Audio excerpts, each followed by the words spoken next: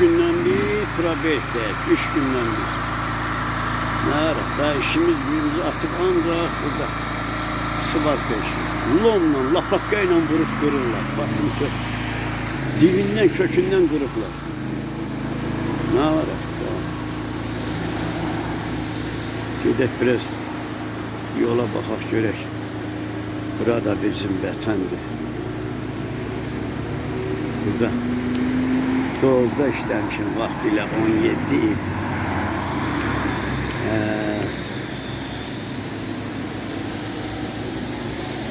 Müharibə başladı, biz apardılar müharibəyə. Bundan da zavod bağlandı.